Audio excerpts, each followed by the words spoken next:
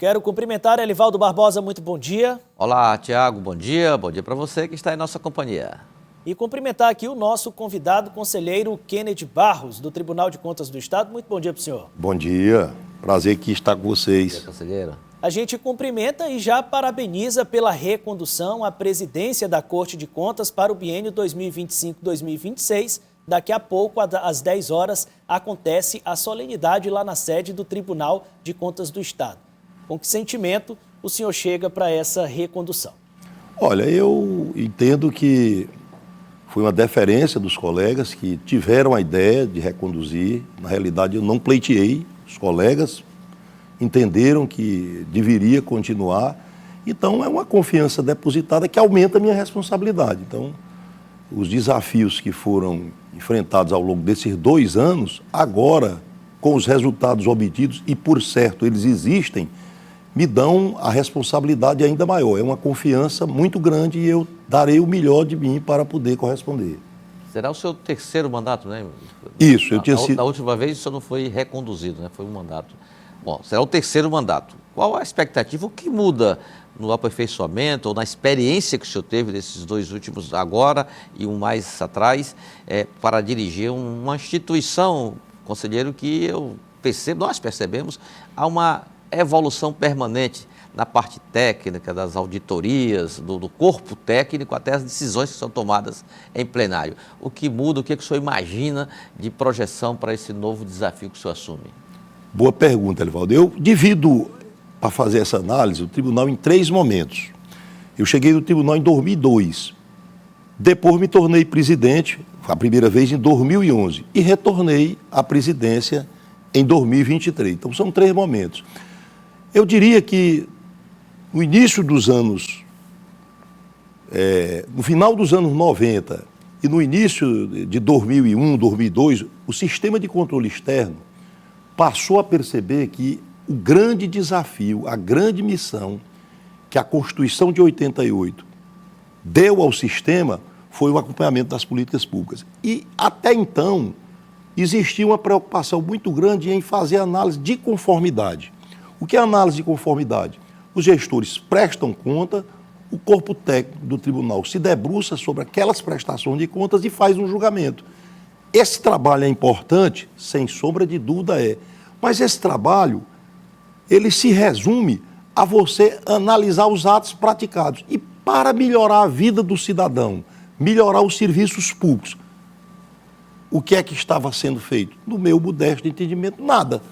Porque a avaliação dos erros cometidos apenas penalizava aqueles que erram, começa uma outra gestão, não há nenhum treinamento, nenhuma lógica para poder essa realidade mudar.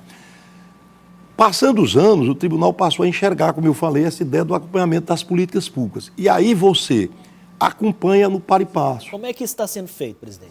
Acompanha no par e passo, na concomitância. Ou seja, os atos que estão equivocados, o tribunal, por monitorar a gestão diariamente, já chama o gestor e diz, olha, isso aqui está havendo um descompasso. E essa lógica tem melhorado as gestões públicas. O tribunal tem feito grandes debates sobre, de fato, o que interessa em relação aos segmentos de saúde, educação, meio ambiente, lixões, e todas essas lógicas, em parceria com outros órgãos, têm trazido a conscientização do gestor, o preparo e, consequentemente, a modificação dos resultados. Então, eu diria que vou novamente dar ênfase a esse trabalho de acompanhamento de política pública que tem melhorado muito os serviços públicos e, consequentemente, levado serviços de melhor qualidade para a população, que é quem banca a sociedade com seus elevados tributos. Como ficou o TCE nessa discussão orçamentária recente de divisão do bolo orçamentário estadual? O senhor foi deputado estadual, sabe como funciona bem esse debate. O TCE foi contemplado na medida que pleiteou a participação no Orçamento Geral do Estado? O orçamento público é um orçamento muito complexo. Por quê? Porque os desafios para todos os gestores são muitos. Então, você tem problema de mais e recursos de menos. Então, o bom gestor vai ser aquele que consegue otimizar os poucos recursos que tem.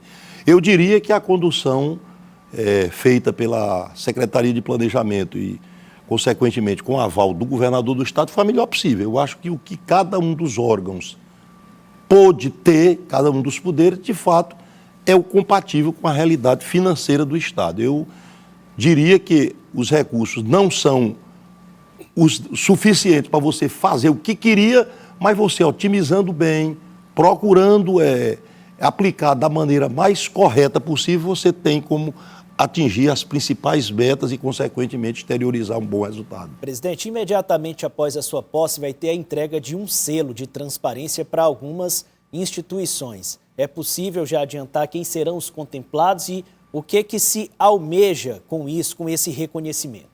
Tem as categorias lá, prata, ouro, diamante, e da categoria ouro tem um município, me foge aqui o nome agora, que... Lagoa do Barro. Lagoa do Barro, que foi contemplado, e tem a Secretaria de Estado que atingiu o selo ouro, e o Ministério Público e o Tribunal de Justiça, e o próprio Tribunal de Contas, o selo diamante. Isso visa o quê?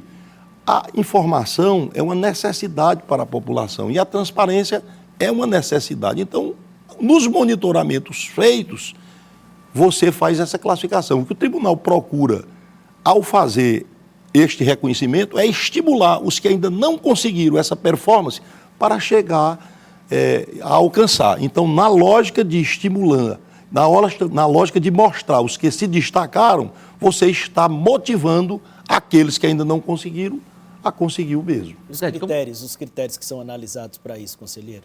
Todos os critérios relacionados à informação, a disponibilidade de acesso à população para que possa buscar as informações que precisa. Como a presidente tem acompanhado, conselheiro Kennedy, a posição do conselheiro Jailson Campelo, que foi a decisão do conselheiro, bloquear contas da Prefeitura de Teresina nessa reta final do mandato.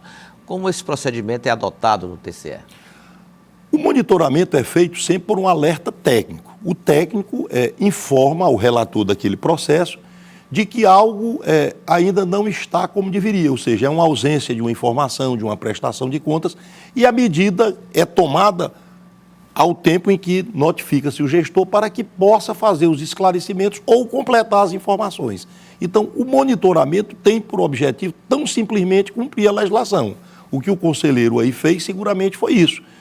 Ele toma a decisão, seguramente o gestor é notificado para poder resolver a pendência. Uma vez a pendência resolvida, não há por que se falar em continuar com aquela situação. Mas, repito, a descontinuidade dela é decorrência de atingir-se a falha que efetivamente existe ou existia.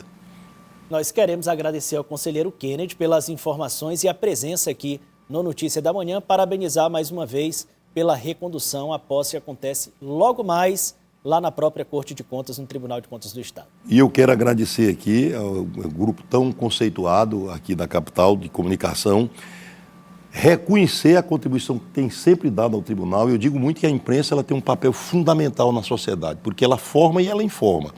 As medidas que o tribunal tem tomado ao longo do tempo, todas elas têm essa lógica de a população tomar conhecimento, a população se integrar através do controle social, e a imprensa tem sido uma parceira do tribunal muito grande. E aqui eu posso dizer que o Grupo Cidade Verde tem sido muito preciso com relação às demandas do tribunal, e nós aqui, por isso, fazemos esse registro público de agradecimento.